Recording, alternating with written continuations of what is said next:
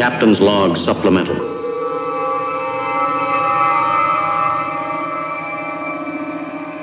Hey Jeremy, you know those race cars you're busy building? Yeah, I do. You, I you, got one you that I'm looking at every day. you know what I don't see you working on?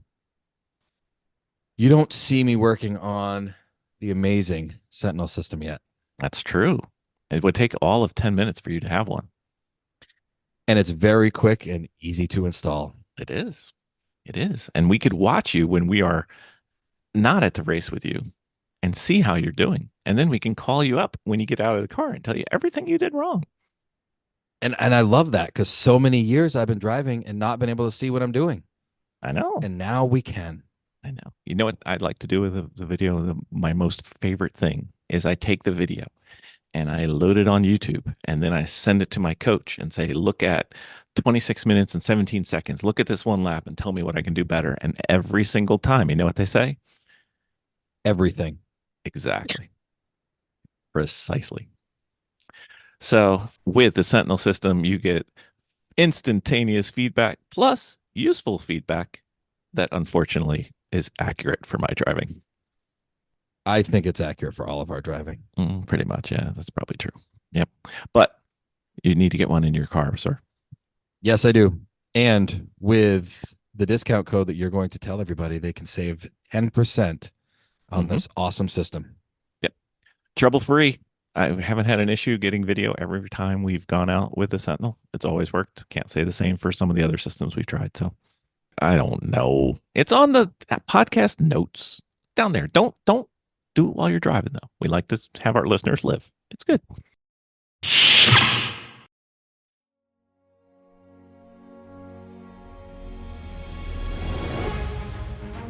From the great halls of their house, there are assembled three who hope to one day be the world's greatest driving heroes. Created from the cosmic legends of the universe comes our team captain, the Vision, Bill Fisher, and their soon-to-be Wonder Woman, Vicki Fisher, and our Captain Marvel and head flight trainee, Jennifer Skripchuk. Their mission: to fight injustice, share what is right and wrong, to get you out of your house and come out racing with them and serve all mankind. They are the Garage Heroes in Training Team. Welcome to the Garage Heroes in Training Podcast. I'm going to be one of the hosts for this episode. My name is Bill. Who else is hosting? I'm Vicki. You are, Miss Vicki. We have a guest, a new guest. We haven't had him on before. We haven't had very many people on from this series before. No.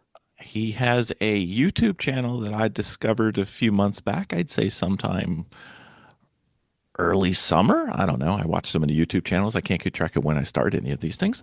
And he recently had an episode that I'm sure is going to be agreed upon 100%. Everybody will vote the same way. It'll be fine. Not a problem. From Team Parts Badger, we have Roy Dietsch. Welcome to the podcast, Roy. Yeah, thank you for having me. It's good being here. Excellent. Well, we hope you say that when we're done. That's always the goal. So, so can you go a little bit into your team and how you got rocking and rolling in this racing career of yours? Yeah. So I'm one of those people that always wanted to race. My goal was to race professionally. I wanted to make a go of it. So in college, I went to the local UW credit union, which is University of Wisconsin Credit Union, and I actually took out a personal loan for $2,000 for spec Miata suspension to put on my street car. Excellent. I negotiated a sponsorship to get a roll cage in the car, and that's when I started wheel-to-wheel racing. And that was after probably about 2 years of autocross, and I was like 16, 17. Into 18, that was autocross, and then college was wheel-to-wheel racing. So that was 22 years ago. Wow. So a lot of time has passed since then. But I found out pretty quickly that you needed a little bit of money to compete in Spec Miata, and I certainly didn't have it at the time. So the advice that I had gotten was focus on school, get a good job, and you can race later. didn't exactly happen that way. I did focus on school, but I actually didn't necessarily get a job. Went into entrepreneurship, and then more recently, decided to kind of get back into the swing of racing. I had a couple kids that were getting a little bit older, so I could actually spend some time uh, away from the family, get to the track and get racing again. And something that really intrigued me at the time was what was moving from chump car to champ car. I think this was around maybe 2015, 2016. Hmm. And I actually started renting with them, and that's how I got into endurance racing. Excellent. So that sounds an awful lot like Miss Vicky and I, except we didn't do the learn how to race when we were younger. We just waited till the kids started to, let's put in quotes, stop bothering us, and we could actually go do something that we wanted to do. So, if you get rid of that, knowing what to do before you get started, we're right there with you, sir. So, what made you do the YouTube channel? Yeah, initially when we started with our own car, because I rented for a couple seasons. And then I said to my business partner at the time, who also raced around the same time, we actually met racing, 20 some years earlier. And we talked about, hey, let's build a car and get back into it. And right away we were a pretty controversial team. So we came out of the scene and we did things a little bit differently than some of the others.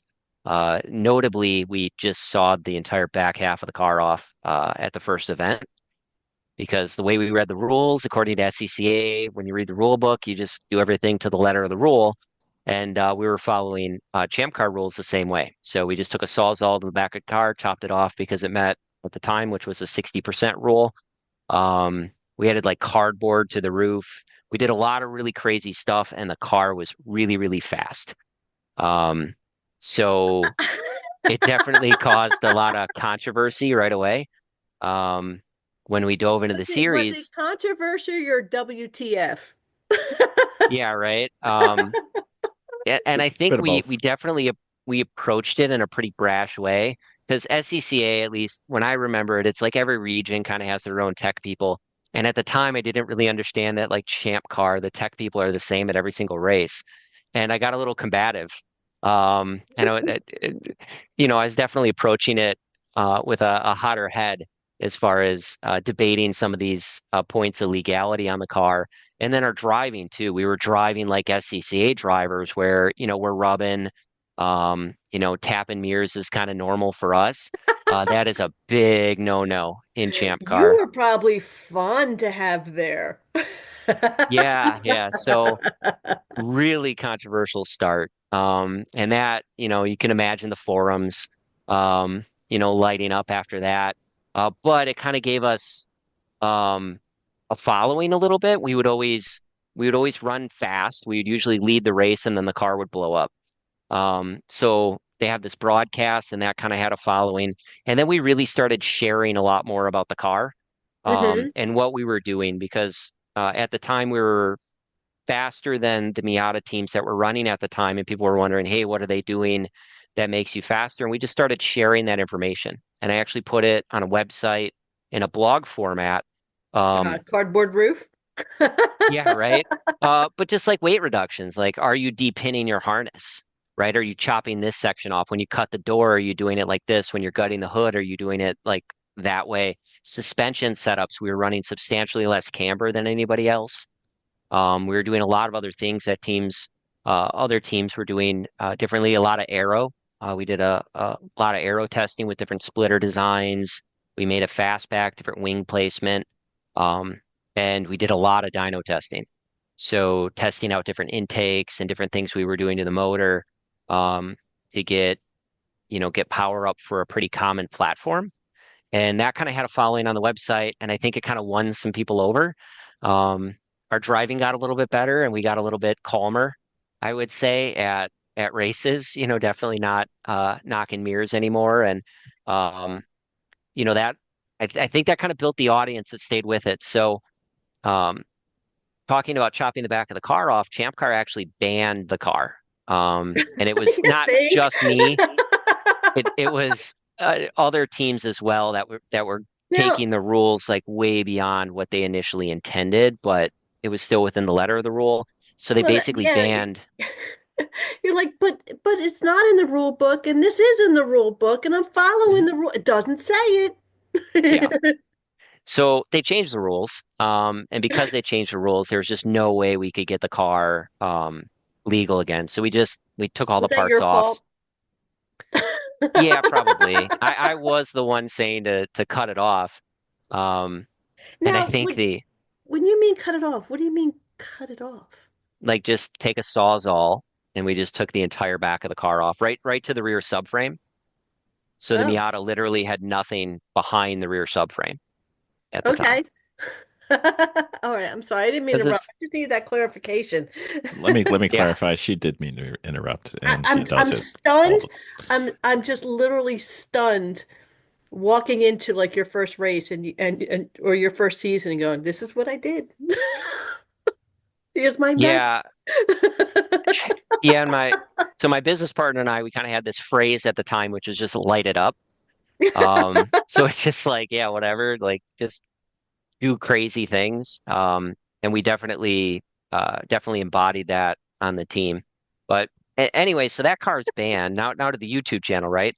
Yep. So in the interim, we took like a season or two off, and we were kind of waiting for some rules to shake out to see where it landed, and then we decided, okay, like let's rebuild. And this time, I'm like, well, the blog went well and people liked it. Let me just document it on YouTube and see if we can get a following. And that's how we started the YouTube thing with something we called 80 hours to Gingerman. When we first decided to start rebuilding this car to our first race, I had about 80 hours I could allocate to the build Hmm. Straight or just total? total. Okay. Yeah, I was that gonna was say you. over, That's I a think, lot, like honey. 6 weeks. Okay, I feel better. I'm like, if you stayed up 80 hours and it said, "All right, now it's time to go racing," I'm like, "What are you doing?" Yeah, I did that when I was younger. So that was wheel to wheel with in 2006. I had a spec Miata that we did a tub build on because at that time, I said I didn't have any money, right? I actually started parting out Miatas, and that's how I was funding racing. But it was one of those things where I think I was working 48 hours straight, and then we go to take the car, and my uh, partner at the time looked, and he's like, "You put the brake pads in backwards." And we decided, like, hey, all right, let's maybe not head to this race. I don't think we're ready. So I definitely learned my lesson long ago that you really can't do that type of work sleep deprived. No. So you reminded me of something that good thing to tell Miss Vicky. I was not sleep deprived. I was doing my first car build. We were building the an first gen new Mini for One Lap of America, and you know what we found out, Miss Vicky? What's that? I put the front coilovers in left to right and right to left. Did you? I did. Whoopsie. Are they Anyway, still there? Are they still that way? Did they straighten that out? why, yes, yes, they are. It, Yes. And they're still that way right now. yes, yes, they Oh, are. jeez. Okay. Anyway, All right. We'll this have is to what That's this is. okay. That's an easy fix. Coilovers are an easy fix. That's fine. Wait, what is it oh, The whole thing. the whole okay. He said it's fine.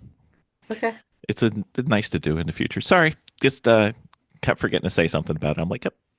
Well, Yeah. these things happen. Anyway, Yep. I wish I was Mistakes sleep make. deprived. Yeah, that they did buy me a like a Yeti mug that says uh something about my defense being that I was left unsupervised, but that's a different story. It's okay. So you had a I'm going to use the word chopped, and even though in automotive terms that usually means something. You had a chop Miata, and then you moved on, and now what are you into? Yeah, so we actually bought a car with a blown motor. So it Hmm? was an Ecotec swapped Miata. And we had the decision, do we want to move back to the Miata-based engine platform or keep the Ecotec? And we decided to give the Ecotec a try, which is a whole nother host of problems. Hmm. Um, but yeah, it created, I think, another little niche following because all the individuals that have Ecotec swaps anytime you do a swap, you're going to have issues. Hmm. Whether it's with the Ecotech, it's the oiling system, it's the balance shafts, it's they had this Heat. weird like flywheel assembly. Yeah, the exhaust actually melts a lot of stuff. It's on the wrong side of the car, so just navigating those challenges in the build and sharing that on the YouTube channel as well as we kind of go through and figure things out. Really trying to make it educational Hmm.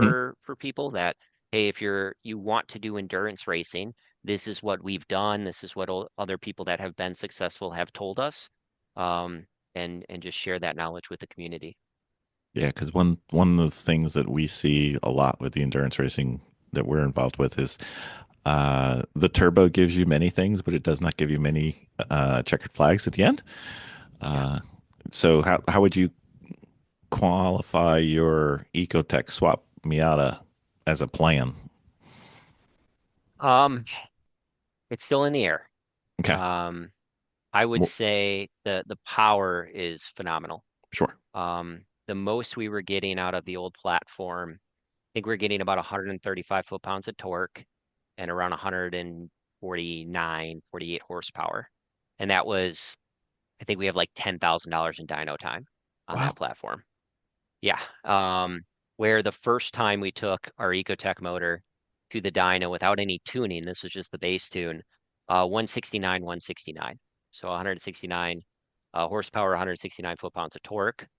And the way the Champ Car rules are, we're kind of fuel limited. So we actually don't want more power. We'd actually deal with less power. We actually just want to run leaner. Hmm. We short shift a little bit just to save on fuel. So that power level is great for us, and it just has really good torque.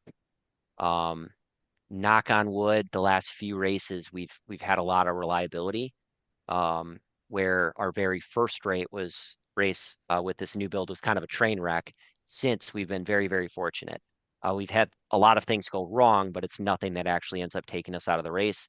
And the car's pretty fast. I think it's one of the fastest Miatas in the series now. Okay, cool. So And Um, go ahead. you mentioned short shift. What is short shift to save fuel? yeah, so the Ecotech, it really doesn't like to rev anyway. But when we were running the BP4W platform in the Miata, we would shift at I think 6850 every single time. And then now we shift, we might shift at 6300, 6200 Oh, so you versus, mean lower revs? yep, yeah, and just shift earlier, especially the torque profile of that motor. Mm-hmm. And, the lower the RPM, the less times those injectors fire, you're going to Right. save fuel. Um, and yeah, it's just a fuel safe strategy. And the motor really has the torque that you don't really need to wind it out like you do the 1.8 liter Okay. Miata motor. I haven't. I might have heard that terminology. Sometimes terminologies kind of hit me different at different times in my learning. So that was one that was curious. Thanks for explaining that. Yeah, She absolutely. was 100% shocked when uh, she finally realized that we can win things by saving gas. And she's like, I never thought about that. I'm like, well, we've talked about it many, many times on the podcast, but that's okay. It's Just hits fine. you at different times when you're learning, that's all. It does for sure. Not a Mhm. problem. All Okay. right, so we've got an Ecotech swap Miata, and rumor has it, rumor on the street, we have our ways. Like we talked to you before we started the podcast, we have our ways of finding things out. There's a second car. Yes. So we have a new build and something that we're doing that's newer this season. So my co-driver from last time we were running my business partner, his kids are younger. He doesn't have the time to devote to racing, so we've actually been getting new people up to speed. Oh, nice. So yeah, towards the end of last year, we have two brand new drivers, have never raced really anything before, and then one driver that's a rookie and getting them up to speed. So I've been taking the lap days, getting some track time in. We've been doing a lot of iRacing sim time, and then kind of getting them up to uh, the level where okay, they can do wheel-to-wheel racing, and they actually ended up doing their first wheel-to-wheel race at Road America last October. And then with one of the drivers, we did another race in November. And then that November race, we actually ended up taking a fourth and a second overall. Wow. With a driver, it was his second race. So getting these new drivers up to speed, we have more drivers. It's also riskier with new drivers because you don't Hmm. know if the car is going to make it, uh, if it ends up in the tires. So we wanted to kind of hedge our bets and we built a second car. And the second car in Champ Car, they have something called F Class, which is fairly new, but I absolutely love it. It is for cars that are under 300 points on their point system. So the car that we're running is a 94 to 97 Miata, and it has no points modifications. So we're running Bilstein shocks with springs, factory sway bars. Um, we can upgrade the brakes, uh, upgrade the ECUs. So we have a Mega Squirt ECU, but everything else for the most part is stock on that car. So is that a 1.6? It's a 1.8. 1.8. Okay. Yep. Yeah, if you run the 1.6, you can do a couple things to it. You have like 50 points to play with in the 1.6, but with the 1.8, you kind of get the torsion differential. And we really wanted to keep the same axles, the same differential and everything as the other car we're running, so we can, swap things back and forth. Hmm. So we're going to give it a try. And what's really nice about that, I think the consumable costs are going to be a lot lower. Um, the car's definitely going to be slower.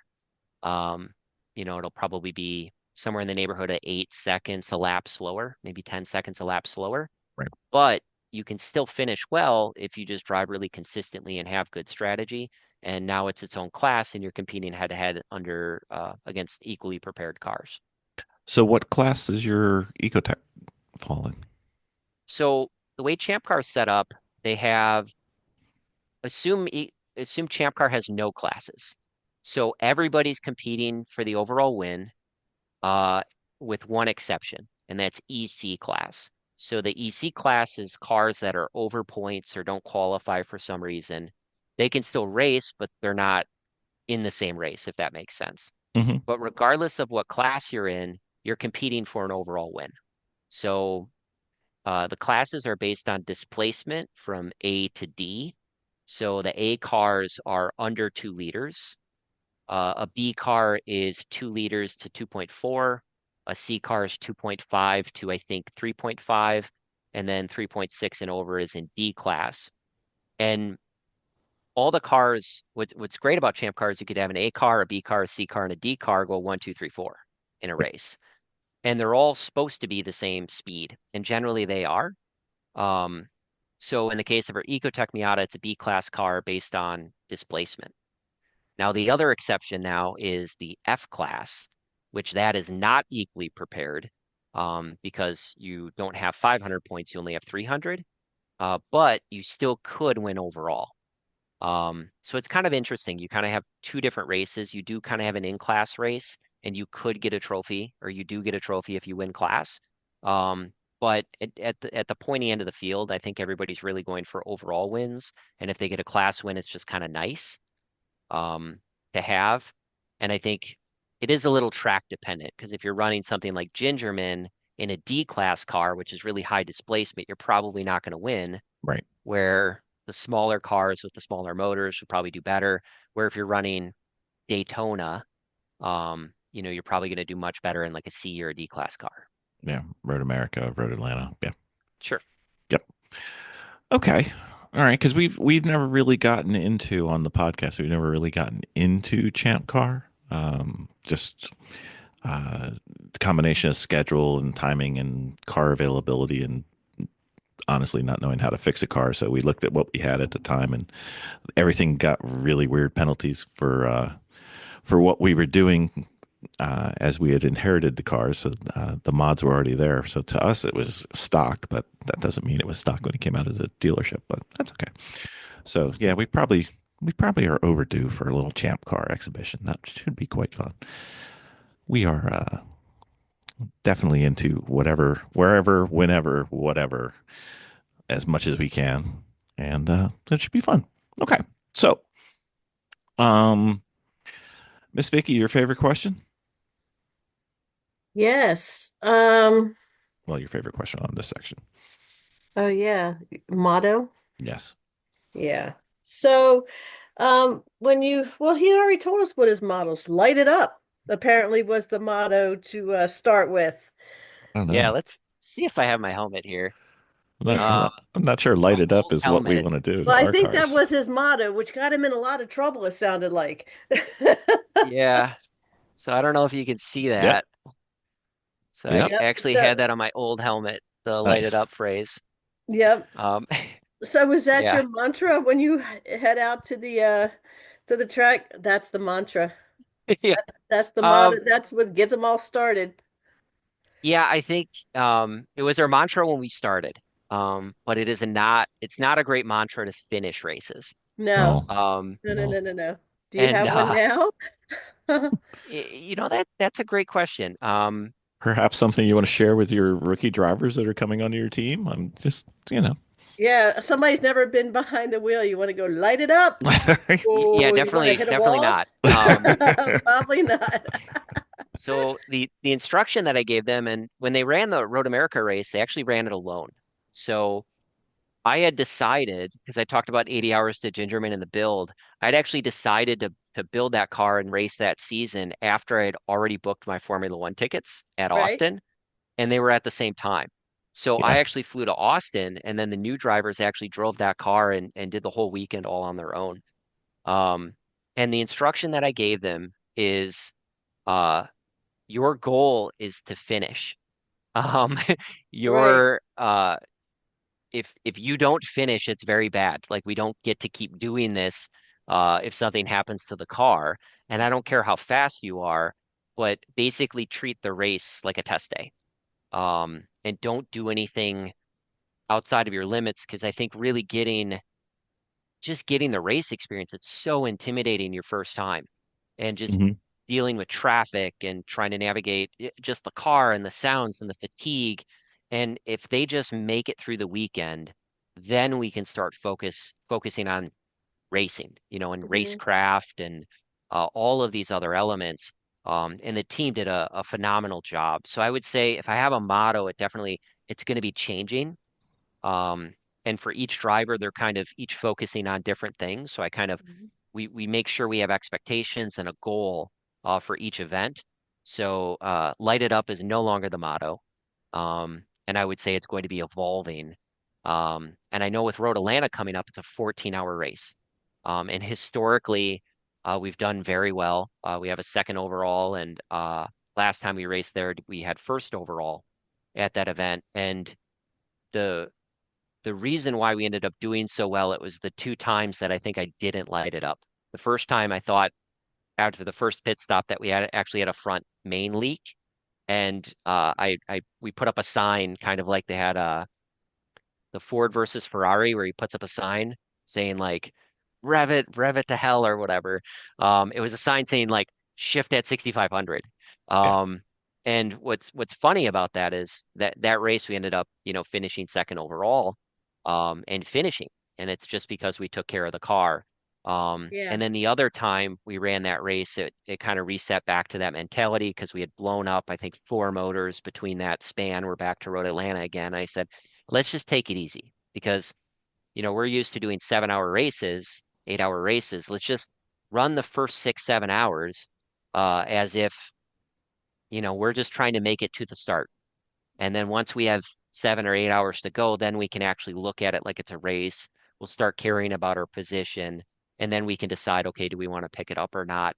So I think that'll be the strategy coming into this is just being very conservative from the start. Let's take it easy, and just make it to the start of the race, which is, that 7 to 8 hours to go.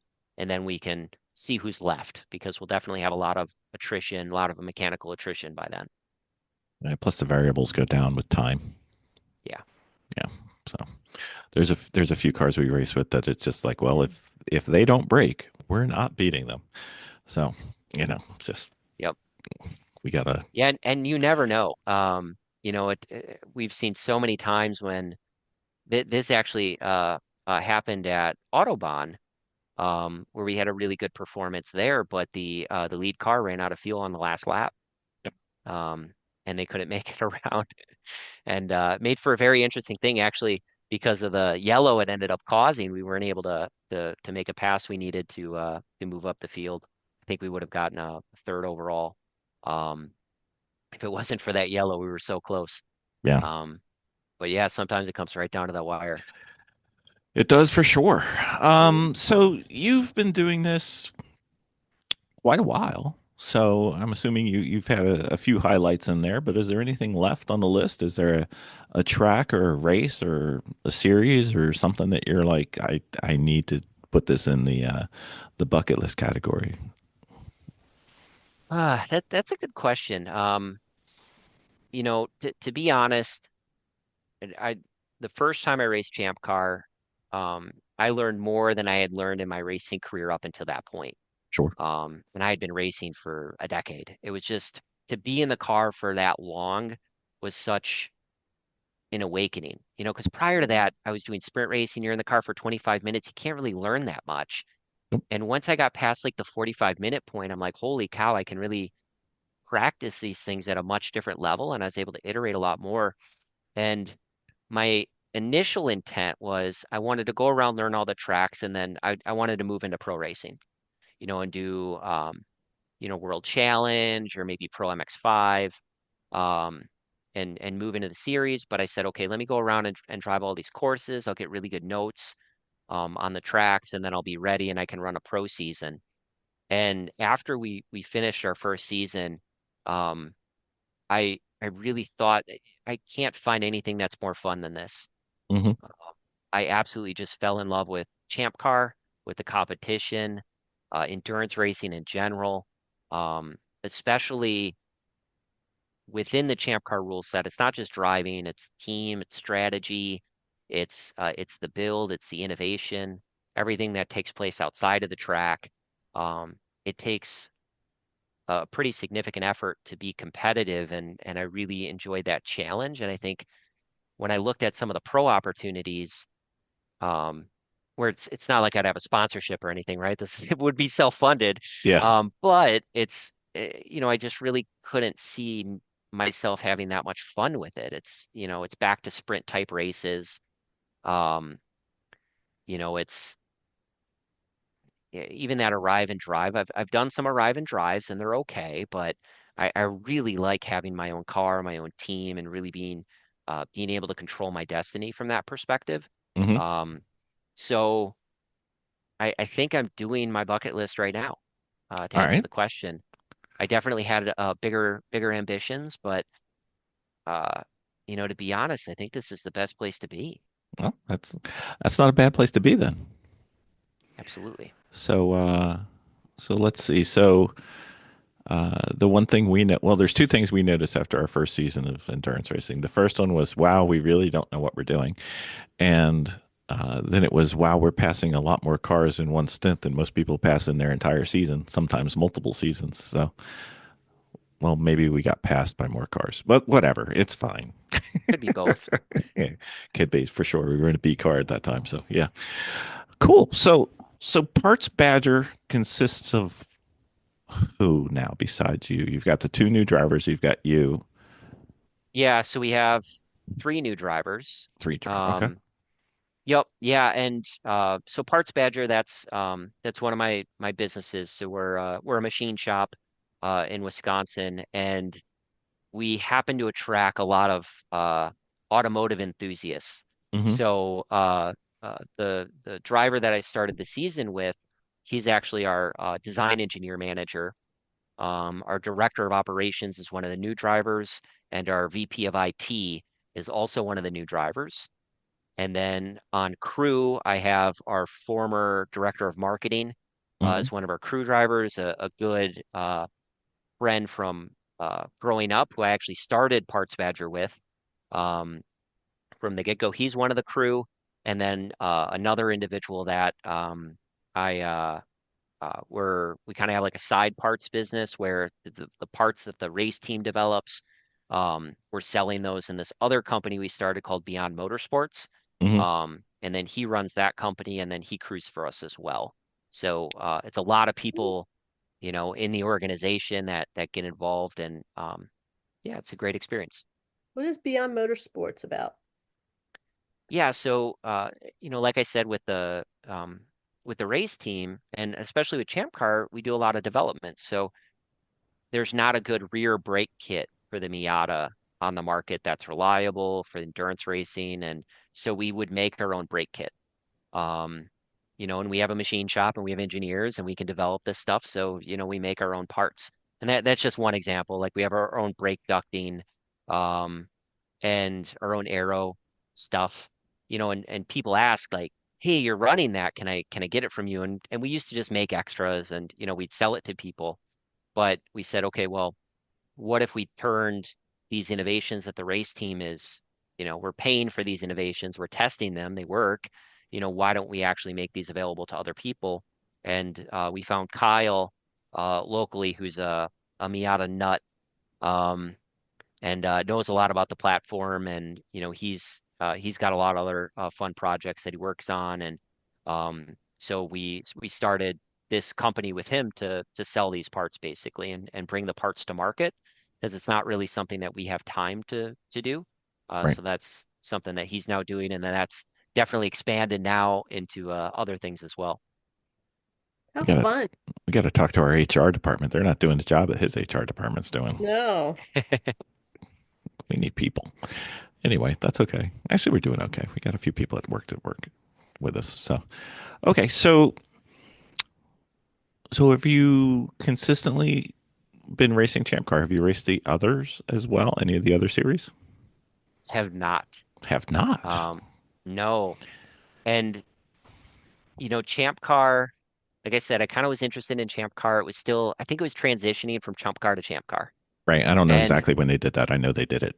Why? It yeah, but makes a lot of sense. But yeah, and when it was the final years of Chump Car, it was definitely like Champ Car, hmm where, it got a lot more competitive.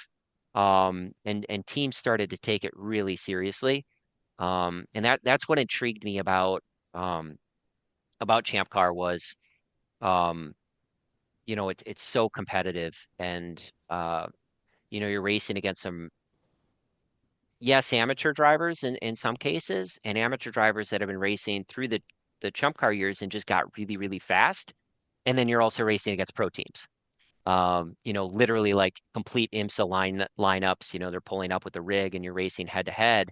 hmm And so I did look at other series. So there's AER, uh, WRL, Lucky Dog, and I think AER and Lucky Dog are like bracket type racing. Is that correct? Can be. Yeah. It could be single Um, day with two races a weekend, or they could be. Lucky Dog's got the weirdest schedule ever, but it's kind of fun because you get to do all of it. But yeah, okay, AAR tends to be a Saturday race and a Sunday race, although they do the 2 day races too. okay, but the classing is based on times you put in, right? You hmm go and qualify, and then you're in a time bracket. Yes. Um, and for me, I that didn't intrigue me like Champ Car did. Okay. Um, because especially now it wouldn't work out too well because we have brand new drivers and myself, and I mean the last race like 4 or 5 seconds a lap off Right. off pace between us, and we would never really compete. Um, WRL was interesting, but I think getting passed by so many cars because Champ Car, I think the fastest Champ cars are probably in the slower bracket of WRL, Right. and you have a lot faster cars going. And frankly, I like passing a lot of cars. I don't necessarily like being passed.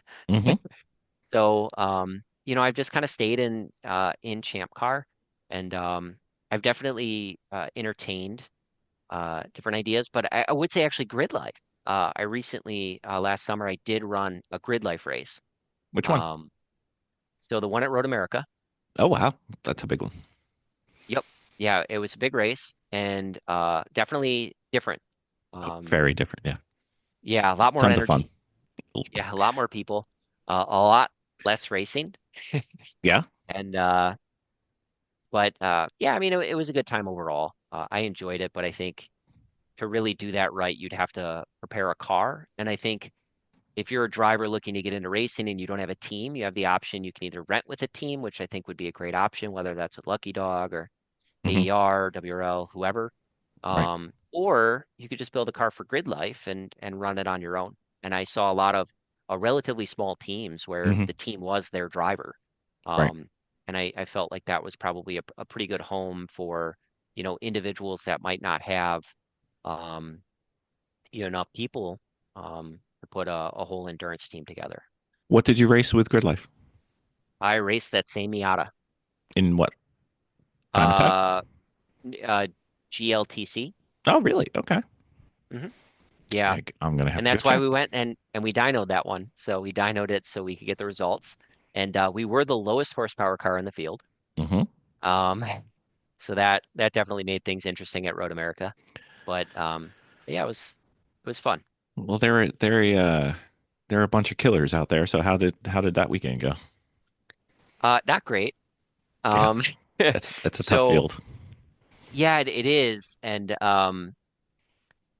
yeah, I mean, performance wise, I did okay. I think bottom third, somewhere in that territory, and worked the way up. But there was a lot of contact, and early on they mentioned no contact or sticklers on contact. They have They all are. these things, and like okay, all right, and went through the practices qualifying and kept getting red flags, black flags because people are off and there's contact and things like that, and then um, third race comes around and then they waved off the start on the third race, and then Yep. I tapped the Corvette in front of me. Hmm. So I'm like, ooh, that isn't good. And then he came over and it's, talked to me. He's like, no problem, not a big deal. I think it tapped mirrors with somebody else, and I think it was the final race. I had two contacts. Hmm. One was 110% my fault. Other one, it was just side by side, and I don't think he necessarily saw me. It was a three wide squeeze Yeah. and we made contact. But needless to say, Champ Car did not like that. And being a new driver to Grid Life, they did not take kindly to that contact. So I'd like to say I got a little bit of a timeout with Grid Life. Yeah. Well, I think that race particularly did not go the way that they wished it to go. So they they really do want a no contact race environment, and they had some challenges in that effort, particularly at Road America. So, which is too bad because Road America can be a terrible place for contact depending on where it is. I mean, it can be a really bad day, and for you to be even not DFL with your car that is very much not optimized for GLTC rules is pretty damn good, sir. Yeah, well, thank you. No worries. It's one of my internet stalking things in the summertime is watching those. So anyway, so this brings us to your latest video, which I'm sure will cause no discussions on the interwebs.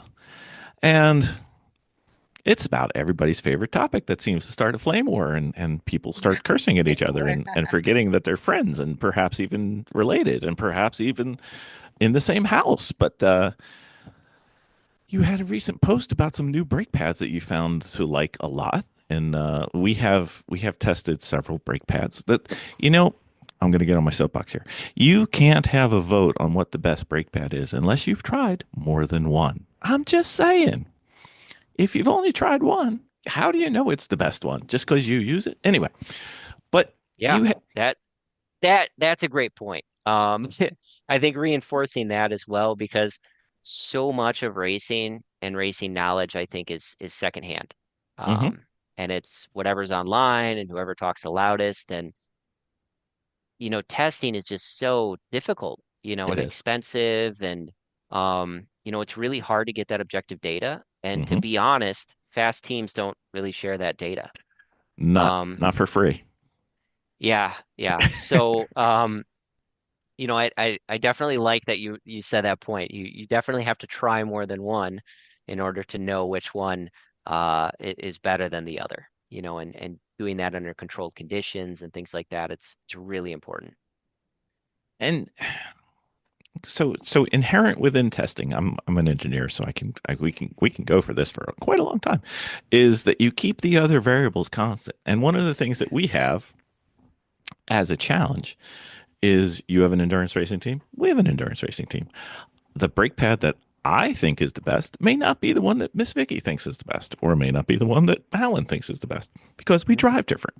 So inherent within that is it's not terribly feasible for us on each pit change and driver change to change brake pads, because this isn't going to be the way to win the victory. But people don't acknowledge that there are differences in the way that people drive and the way that like the best brake pad for Miss Vicky's Miata may not be the same brake pad as for your Miata, and definitely won't be the same brake pad as for our racing Chevy S10 truck. Just a thought. Maybe there's other variables, guys. But anyway, so I think we've laid the groundwork for a lot of the potential flames. But anyway, so brake pads, where are you currently at, sir? So, we are currently running the EBC SR21 and SR11, which is Mm-hmm. their Sintered Racing Series pads. Mm-hmm. And you have tried our current favorite endurance racing pad, which is the Raybestos ST43 dash unobtainiums, Mhm. seemingly. And in comparison to those in your car, driven by you, you see them as being similar but different. I think is kind of the way I took it. Yeah, so um, I used to be a very big ST43 fan.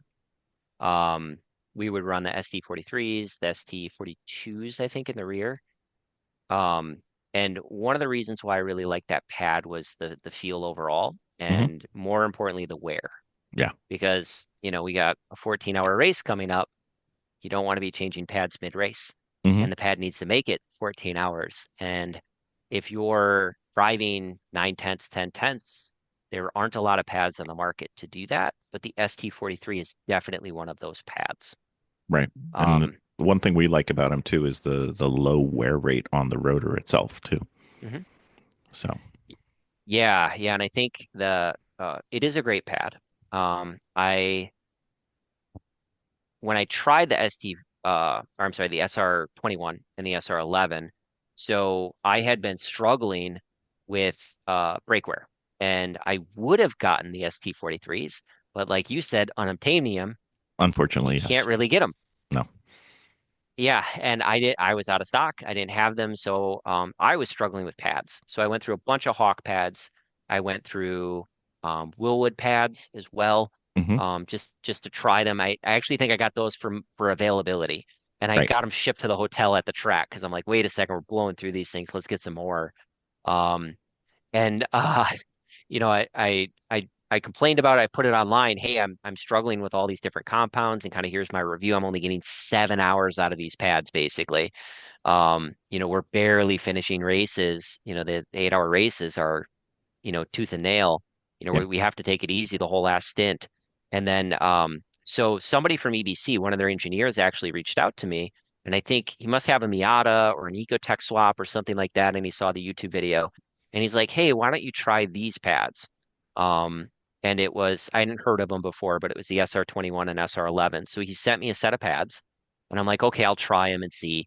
And I put them on right before the grid life race. Right. Um, and he's telling me a little about them. He's like, you don't have to bed these brakes, but they will bite a little bit more your first heat cycle. So I kind of kept that in mind. But other than that, I, got like 90 minutes of track time total that weekend. Right. Measured the pads, and like at least from that, I mean, it's a pretty small sample set. I'm like, hey, these things might go a while. And I really like the feel, to be Hmm. honest. I hadn't really had a pedal feel. Um, and I had run, like I said, the Hawks, some of the Willwood pads, and then prior to that, the ST43s, and I hadn't really felt the pedal behave the way that they were behaving with the SR pads. I Okay. really thought that the modulation was just better. Not substantially, but I Different. felt like I felt like the lock pattern because I don't run ABS. We actually looked on the new car to see if we could get one with ABS, but we don't run ABS on the car. And when you're braking every now and then, I mean, you'll lock it and you gotta let Hmm. up, and then you can re-brake. And I felt like on the SR pad, I was able to like just lift up like even let pressure off, not even like let up all the way and come back Hmm. to get that wheel back under control. And I'm like, huh, that's interesting. Um, And then we go through the Road America race with the same pads. And that was a test day, an 8 hour and a 7 hour. And then we did VIR North, which was 8 hour and a 7 hour race, Hmm. all with the same pads. Right. Um, and they still have more than 50% life left with 30 hours Wow. of track time. So that was the most recent video that I put out there. Yep. Um, Didn't start any which internet firestorms at all. Nope. Yeah, and I think one of the reasons why it was so controversial, I think EBC has street pads Yep. that, and I don't necessarily want to dive into it, how they market it, but I think maybe they market it as a track pad. People buy it as a track pad, even as a race pad. Right. And in, like they're probably not going to hold up in a race environment. And I think that's the feedback that people online, it seemed like it was very divisive with the certain set. I think they have like yellow stuff, green stuff, red stuff. Yeah, it was Um, colors versus the centered pads, which yeah, yeah, I haven't and gotten and to this check into the centered stuff. So I'm a ceramist. So centered has a technical meaning and then potentially has a marketing meaning, which almost doesn't mean anything. So I haven't had a chance to check into it. So if it truly is a centered pad, it would explain a lot of what you're reporting as far as feel and Mhm. performance. So Yeah, and reading up on it, it seems like the density, like it's a more compressed pad and it's hmm denser. It has more heat transfer through the pad, um, and that allows it to not only dissipate the heat, but the wear properties. That's also why it doesn't need to be bedded in. hmm Um, but it's not a cheap pad. I nope, think the price on these, it's maybe 50% more, maybe even double what the ST43s are. right. Um, but at the end of the day, I actually was previously running a smaller caliper. I'd run the Dynalite caliper in the front, and we would go through two sets of brake pads and two sets of front rotors every weekend. With Um, ST43s, yeah, yeah, really, with the yeah, yeah, and you're not nice to brake pads, sir. no, no, and we stop. Yeah, We are on them obviously. hard. Yeah, Yeah. and we run a lot of aero Okay. as well. Especially in the front of the car. We did some creative things, I would just say, within the rules in order to get as much downforce as possible. Details on Um, your YouTube channel. yeah, and it definitely, I mean, we would just stand on them. Hmm.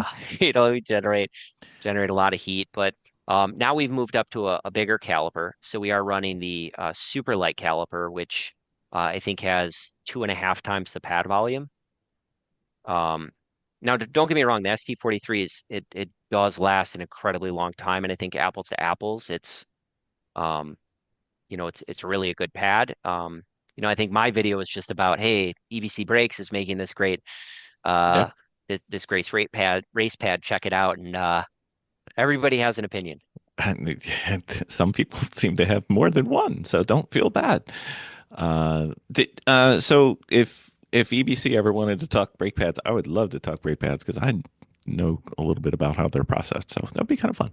Um, Open to everybody else as well. I think Raybestos will ignore us for sure because they don't even sell them anymore. But that's okay. So you tested. I guess your default pad was the ST43s, and you tested some Hawks, and you tested the. Did you do Paget's as well? I didn't do Paget's, Okay. but I have Paget's on my street car.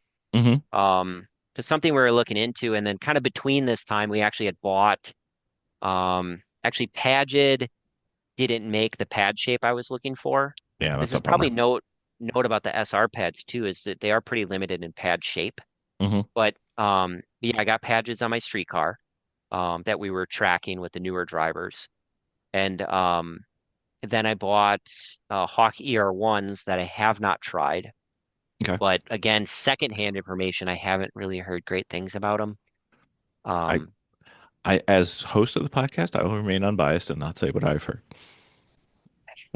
um, and yeah, so firsthand experience was on the Willwood BP40, the Okay. Hawk DTC 30, the Hawk DTC 50, and the Hawk DCT 60, Okay.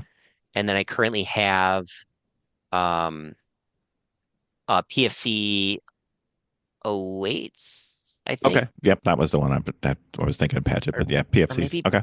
maybe PFC 11s, because we had run. And I was looking through my old pads, and we actually were running PFCs before we were running the ST43s. Mm-hmm. And the ST43s are substantially better Yeah. than the PFCs. But I know the BMW guys, I think the BMW guys either run the 11s or the 08s, and they Right. last a long time. Yep. And then the other one just doesn't last as long. I wish I didn't have those numbers mixed up as far as which one was the more endurance rated pad. But Yeah, we were um, running the ST43s in the front and the PFCs in the back, and that seemed to balance out pretty well in terms of both braking performance and wear. Because mm, you know, depending again, we have multiple cars, so depending on which car it is, it may change your brake balance in a way that you want, and then the rears in some of our cars, they they're not even a consumable. It's kind of like, well, we should change them just because they're old, but they're still there. So for you going forward, you're going with the centered brake pads for now. absolutely. Yeah. Yeah, I think like I said, I wish they had other sizes for other people. Just Hmm. since I had the video, I've been getting tons of inquiries from people, Yeah, which is kind of surprising because I only have like 500 followers. It's not like I'm YouTube famous or anything. Um, you're a minor but internet celebrity. yeah, right. It and it's like people come up to me at the track, but that's about it. Yeah, pretty much. And I think m maybe a lot of lurkers. But yeah, a lot of people reach out to me and they're like, "Hey, I want, where do I get them?" And this is another problem is where do you get these things? I even had trouble finding a place where you buy them because the pads that I had, they just sent me, Yep. and I didn't even know where to buy. So I'm actually working right now. I'm trying to get set up as a dealer, Hmm. so that I can sell them to, the other Champ Car racers. But they really only come for calipers that I think would be applicable to the series would be the super light caliper, and then the Dynalite or Dynapro calipers would be Hmm. the only ones as of right now. But hopefully I can talk to them a little bit. They said it's kind of expensive. You need to make a mold to Yeah. do other brake pads, and it's expensive. I kind of want to ask them how much because maybe I'll invest in the mold to try to get them for Miata calipers. Yeah. Because man, I'm just that impressed with the pad. It's like I'll put the money in if I can get these out to other people because I think once they try them, Right. um, they're going to be hooked. I mean, these eh, I'm trying not to be biased here. I mean, but Well, it's man, it's your your it's a your heck of a foot says pad. I like these, and your measurements It say they does. last forever. Yeah, yeah, absolutely. I mean, there's other products like that too. Like Sure. the new car had an aim system, and I gotta say, holy cow, I love that aim system. Hmm. Yeah. Before I was too cheap to pop for it, but now it's the new car is getting a new aim system as well. So I mean, there's some things where it's just like, man, this product really makes life easier. It's a good product, and I think we should shout it from the rooftops. Yeah, I think we have saved so much money and ended up getting an AIM Smarty Cam in the end, which we were trying not to, and we spent like 3 times as much as we would have if we just bought the Smarty Cam in the beginning. And I can easily bash post podcast what video systems have not worked for us, and the only two that work consistently are the AIM and the Sentinel for us. So Okay. yeah, if you try to save money, sometimes you end up really not saving money. Yeah. Yeah, and I gotta say, race car video is tough. It That's is. actually where I cut my Yeah. teeth. That was actually the first thing that I did after college was a race car video company. Hmm. And we made systems for that, and it's incredibly difficult application. Just the heat, the vibrations, mainly the cables. Yep. Racers like, and mechanics like really pulling those zip ties, and you're Hmm. breaking cables, you're getting interference from the radio. Or winding the Um, cable around the bar because we got extra cable, so we'll just make it into a nice inductive coil. It won't cause a problem at yeah, all. right. Not a problem. So yeah, Yeah, yeah. But yeah, A makes great stuff. they do, and we use it, so it'll be fun. And we use it actually with the Sentinel as well, so it's kind of fun. Let's see. So if you were to say, "Hey, I need new brake pads," you would order the centered pads first, and still the ST43 second. Would that be accurate? if I could get the ST43s, yeah. Yeah, So exactly. it'd be the centered first and then the ST43s. Okay. Um, ST43s, which like are they formally discontinued? Do you even know the No, they're status of not. that? There's rumor on the street has it that there's some bickering internally with Ray Okay. Bestis being bought, I think. So Oh, it's okay. That's inconsistent. fun. Yeah, it's Inconsistent. kind of like the Cooper tire, Yeah. because I think that was some corporate bickering put the kibosh on the Yeah. Oh, Cooper really? tire. Yeah. Yeah. Yeah. This is where we need the OnlyFans Garage Shares and Training podcast. So we could get into these, but Yeah. but nobody wants it. Get an idea on actually what's going on. So Yeah. yeah, because I don't Yeah, think but anybody knows. But yeah. to answer your question, yeah, definitely it's the centered pad first, and then yeah, I'd probably say the ST43, and then beyond that, I would say the whichever PFC, either the 11 or the '08. I can't remember which one, but like I Mm, said, I couldn't get the shape I wanted right. um for whatever reason. I don't know if that was an availability thing, and it kind of seems like that's the name of the game. Yeah. So I really hope EBC can come out with some other pad shapes to work, but we're going to be working on a different kit for the rear that can use some of the shapes so that maybe that'll fit for some other teams. So we're going to design a rear kit that uses a different Willwood caliper. Well, Hmm. that sounds like fun. Like I said, I saw your video and I was like, well, if somebody's saying these are similar to ST43s, they're definitely at least worth an experiment or two. So I have yet to figure out where to order them from. If you figure it out, let us know. We'd definitely be interested. I mean, Miss Vicky's got a perfect car right behind her head on her video. So we could throw a pair on there or an E46 or whatever. We'll figure it out and we can have a good time. So that sounds like Mhm. fun. So, would you like some more emails or instant messages on how you don't know anything about brake pads? Just let us know where they should be sent. Mhm. Yes, right. So, so if people wanted to follow you, or if people wanted to just start another flame war, because there's only three going on that I see so far, how would they keep in contact with you? Yeah, so probably either Facebook or YouTube. I post all the videos on YouTube and then I cross post on Facebook, and that's under Rugged Badger Racing. Okay. So you can check it out, and then I have a lot of different videos up there. A lot of it is endurance based. Hmm. Some of it's more the build videos. I have tech tips, some track tutorials, fast laps, also rain lines. I'm starting to do videos so when there's rain, um, you know, getting some footage in there to talk about the rain lines at all the different tracks, because that's one of the things that I found, because we look at the forecast ahead of time, look at if there's going to be rain, and then try to, predict, okay, like what is the rain line going to be? And it's really hard to find information, Hmm. and every track is just so different. So I'm starting to post that information as well on the YouTube channel with video there as well. So hopefully it's going to be a good repository of information for fellow endurance and sprint racers.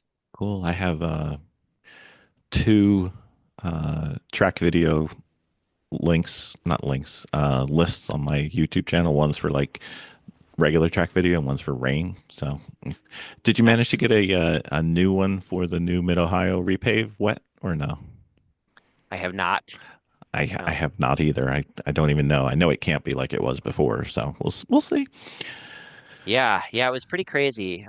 It I was. did drive the old one in the wet and then the dry. But that was one weekend. I've only been to Mid Ohio once. Uh, But really hours before this podcast, I actually booked our Mid Ohio entries for the Champ Car race in, I think it's in August, maybe July, August, something like that. Um, well, so if you manage to figure out what to do in the rain there, because I'm dying to see if it's different than it used to be, because I can't imagine it being any slipperier than it was. So still haven't heard for sure though, because nobody I know has gone there in the rain yet. So we'll see. It'll be fun. yeah, I think it would have to be, because I think all the repaves like that, you could end up driving on the race line, for a Hmm. season, or Yep. two. Um, they definitely behave a lot differently. So I'd imagine, um, just it's got to be analogous to other tracks. Yeah, I would think it's Mid Ohio was the only track that I've driven that felt like when I was driving in iRacing when it was wet. So, because Okay. iRacing and there are some cars in iRacing, I'm like, this does not drive like a car. I don't know what this is. It looks like a car. It says it's a car, but it does not drive like any car I've ever been in. But that's okay. Well, sir, it was great to talk to you, and thank you for your videos. We do appreciate those, and I'm still actively trying to catch up on all of them, which there are quite a few, and it will take me quite a while, and I don't mind one bit. So, thank you for coming on the podcast, though. Absolutely. Thanks, Thank Bill. you. Thanks, Vicky. Great time. Good chatting with you guys.